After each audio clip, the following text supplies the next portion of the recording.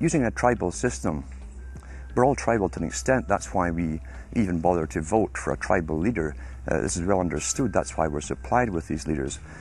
And because the average man was to become more disengaged from his own destiny as the expert class arose, it was decided that the males would get their outlet, basically,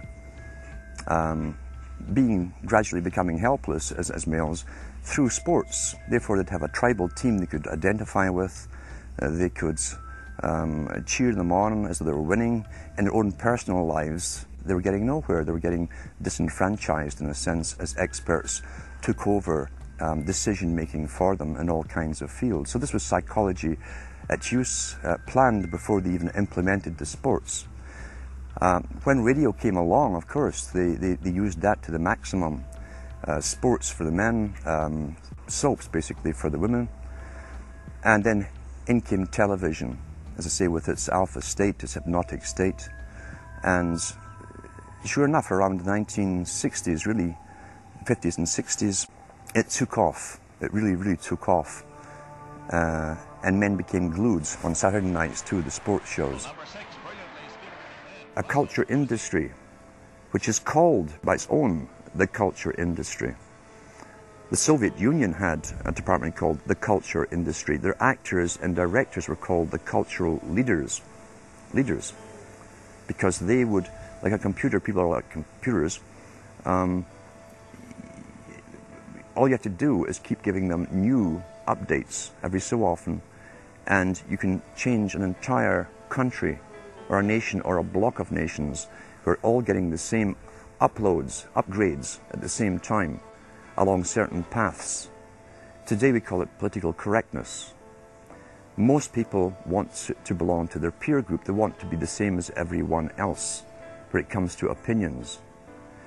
In fact, they judge their own personal sanity by bouncing ideas off their neighbours and friends who will answer back and agree on these same topics in kind.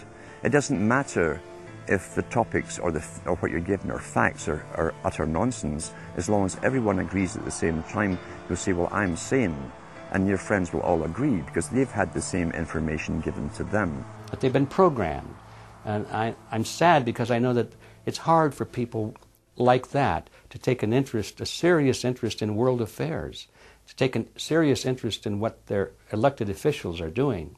And they're not going to be really inclined to study or discover the deception that's being used against them. And so I'm sad because I see all of that in a flash in my mind as being an indication of how easy it is for the masses to be manipulated.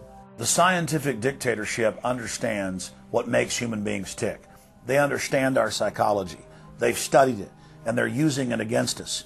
But the minute the public awakens to the fact that there is an agenda to manipulate them, and the second the public realizes that they are being conditioned and controlled, the establishment begins to lose that edge they've got over people. So all I ask viewers to do is to think for themselves and to study public relations, to study advertising, to study propaganda, and to realize how much of it is out there in their daily lives. And then make the decision for yourself. I just want people to think on their own and to not have their decisions and their thoughts and their ideas pre-packaged and basically downloaded into them.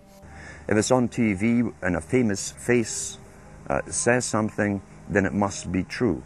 He doesn't have to show you facts or anything else. You've been brought up with these faces. That's why they keep these guys on television into their 70s and 80s. You've grown up with this father figure who's on television every night at 6 o'clock, in your house, in your room, staring right at you, and he's a father figure. Would he tell you a lie? So you naturally never suspect him. And this same man will lead you through new topics. He'll introduce experts on the topics. They'll have a little summary at the end of every talk, and you are now left with the conclusion that's presented to you. You don't arrive at it, it's given to you, and it's good enough for you. When I was growing up, people were talking on their front porches, neighbors were playing baseball, there were nightly barbecues. You don't see that anymore. We've lost our communities. You drive through neighborhoods, you see the blue glow of television sets. We're losing our humanity. So if you want to rebel against the globalists, the social engineers, start by turning the TV off a few hours a day and actually getting to know your neighbors, getting outside that comfort zone, expanding your horizons. By coming together as communities, by getting to know our neighbors, we defeat the social engineers. We're programmed today perfectly, just like machines.